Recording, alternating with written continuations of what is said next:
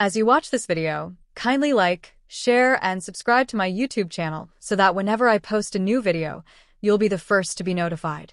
In the heart of Iluage, a village nestled between rolling hills and vast farmland, lived a young boy named Temitope, meaning mine is gratitude. Iluage was a vibrant place, where the air was always filled with the scent of roasting yams and the sound of mothers calling their children home from play. It was a village of storytellers, weavers, and farmers who took pride in their work. Among the children of Iluage, however, one stood out, not for his achievements, but for his struggles. Temitope was 6 years old and full of kindness, but he had one great challenge that shadowed his young life. No matter how hard he tried, he could not understand his lessons in school. Numbers swam before his eyes like fish in a river, and letters twisted into meaningless shapes. His teacher, Mr. Adebayo, a man known for his stern face and booming voice, had tried everything to help him, but nothing seemed to work. Each morning, Temitope would walk to school with his slate under his arm, feeling the weight of disappointment before the day even began. As he sat cross-legged on the dusty classroom floor, he would watch his classmates answer questions with ease while he stared at his slate, unable to recall even the simplest things. Temitope, Mr. Adebayo would call, his voice heavy with impatience. "What is 2 plus 2? Temitope would bite his lip, his fingers trembling, but no answer would come. The other children would snicker behind him. 4, Temitope. It is always 4. Why can't you remember? The teacher would sigh. It wasn't that he didn't try. He did, over and over again, but the knowledge refused to stay in his mind. At the end of each term, when the report cards were handed out, Temitope's was always the same, red marks everywhere, and the dreaded words last position. The children teased him without mercy. Temitope the dullard, they would chant, their laughter ringing through the village square. Even a goat can count better than him. Despite the mockery, Temitope's parents, Mama Iridi and Baba Iridi, never wavered in their support for him. They would hold him close when he came home crying, his report card crumpled in his small hands. "My son," Mama Iridi would whisper, brushing his hair gently, "you are special in ways the world cannot yet see." Baba Iridi would nod, his face serious but kind. "Not all gifts can be found in books, Temitope. Some gifts are hidden deep within." Though their words comforted him, Temitope still wished he could make them proud by being like the other children. He did not know then that his true gift would soon be revealed, not through books, but through the whispers of the unseen. It was a bright market day in Iluage, and the village square was alive with color and sound. Women in brightly patterned wrappers moved gracefully from stall to stall, bargaining for vegetables, spices, and fabrics. The air was thick with the smell of roasting maize and frying akara, and the rhythmic beat of talking drums echoed in the distance. Mama Iridi had taken Temitope with her to buy ingredients for dinner. She hummed softly to herself as she selected a bottle of palm oil from a well-known seller, Madame Folake, who had been selling in the market for years. "This is fresh, Mama Iridi," Madame Folake assured her, waving her hands in excitement. Temitope stood beside his mother, holding the edge of her wrapper, when suddenly, a strange feeling washed over him. His small body tensed, and his heart pounded in his chest. A voice, not loud but certain, seemed to whisper in his ear. "Do not use that oil." "Mama," Temitope said quickly, tugging at her wrapper. "Don't buy this oil." Mama Iridi frowned. "Why, my dear? This is good oil." "I don't know, Mama," Temitope said, his voice shaking. "I just feel something is wrong." Mama Iridi had always trusted her son's instincts, even when they made no sense. With a sigh, she put the bottle back and bought one from another seller. Later that evening, as the family sat around their small wooden table for dinner, a commotion erupted outside. Neighbors were gathering in the street, voices raised in alarm. Curious, Baba Iridi went out to investigate, and when he returned, his face was pale with shock. "The palm oil from Madame Folake was bad," he said gravely. "Several families have fallen sick after using it." Mama Iridi turned to Temitope, tears glistening in her eyes. "My son, how did you know?"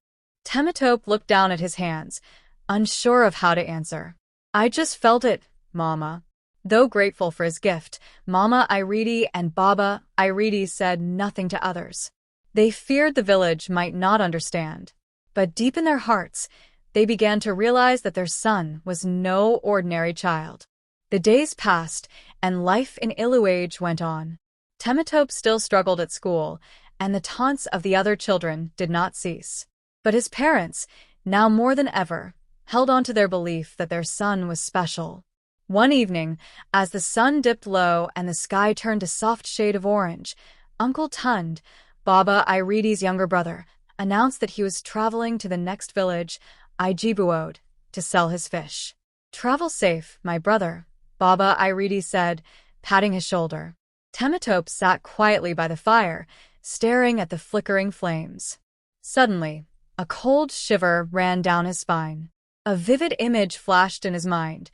Uncle Tund's canoe rocking dangerously in the river, storm clouds gathering above, and loud cries for help. His heart raced. Without thinking, he ran to his father. Papa, Uncle Tund must not travel tomorrow. Baba Iridi looked at him with concern. Why, my son? I don't know, Papa, but something bad will happen on the river. Baba Iridi hesitated. Though it seemed strange, he had learned to trust his son's feelings. He convinced Tund to delay his trip. The next day, news arrived that a sudden storm had overturned several canoes in the river, causing great loss to traders and fishermen. Uncle Tund hugged Temitope tightly, his voice thick with emotion. You have saved my life, my boy. By now, whispers had begun to spread across the village. Some said Temitope had been blessed by the gods, while others remained skeptical. But his parents no longer doubted. Temitope was gifted in ways beyond human understanding. One fateful day, Baba Iridi returned home with exciting news. He had been promoted to a senior position at work. The entire household was filled with joy, but in the shadows, envy grew in the heart of one man, Mr. Adigun, Baba Iridi's longtime rival at work. Mr. Adigun's heart burned with jealousy. He hired men to harm Baba Iridi on his way to work, determined to take away what he could not have. That night, Temitope had a terrible dream. He saw masked men lurking in the bush, waiting for his father. In the morning, he ran to Baba Iridi, begging him not to take his usual route. Baba Iridi listened, and sure enough, news arrived that a gang of robbers had attacked travelers on the road. From that day, Iluage saw Temitope for who he truly was, the boy who could see tomorrow. News of Temitope's gift spread like wildfire across Iluage. Once mocked and ridiculed, he now walked through the village with quiet respect following him like a shadow. The same children who had once jeered at him now greeted him with hesitant smiles and whispered among themselves whenever he passed. Mama says he saved his father's life, one girl murmured to another as Temitope walked by the village stream. Baba says he has the sight, another replied, her voice full of awe. Despite the newfound respect, Temitope remained humble. He still sat on the same dusty floor in Mr. Adebayo's classroom, still struggled with his letters and numbers, but something inside him had changed. He no longer felt worthless. He now understood that intelligence came in different forms. His might not be in books, but it was in something far greater. Meanwhile, Baba Iridi and Mama Iridi found themselves overwhelmed with visitors. Villagers came at all hours, seeking advice or warning from Temitope. Some came with dreams they could not understand, others with unease they couldn't explain. One afternoon, an elderly woman, Aya Moreo, hobbled into their compound, her hands shaking with age. My son, she called softly to Temitope, I had a dream of my late husband calling me to cross a river. Should I be afraid? Temitope closed his eyes and listened. After a few moments, he opened them and shook his head gently. Do not worry, Aya. Your husband only misses you, but it is not yet your time. Aya Moreo sighed in relief and patted his head. May the gods bless you, my child. Even the village chief, Baal Alawukra, took notice. Sitting beneath the great Irako tree one evening, he called Baba Iridi aside. Your son has a gift, my friend, the the Bales said in a low voice. Such gifts do not come without responsibility. Baba Iridi nodded solemnly. We are grateful for him, but we worry that the burden will be too much. The Bales' wise eyes twinkled. Raise him well, and he will carry it with strength. While many in the village had accepted Temitope's gift, others were still skeptical. Chief among them was Mr. Adebayo, his schoolteacher. Though he had softened toward Temitope, he could not fully accept that a boy who struggled so much with simple sums could possess such great wisdom. One day, as the children sat under the thatched roof of their school, Mr. Adebayo paced in front of them. His stern gaze fell upon Temitope, who sat cross-legged with his slate in hand. Temitope, Mr. Adebayo called, if you are so gifted, tell me, what number am I thinking of right now? The class erupted into nervous laughter. Temitope shifted uncomfortably. He wasn't a magician. He simply felt things when they were important. I don't know, sir. Temitope answered truthfully.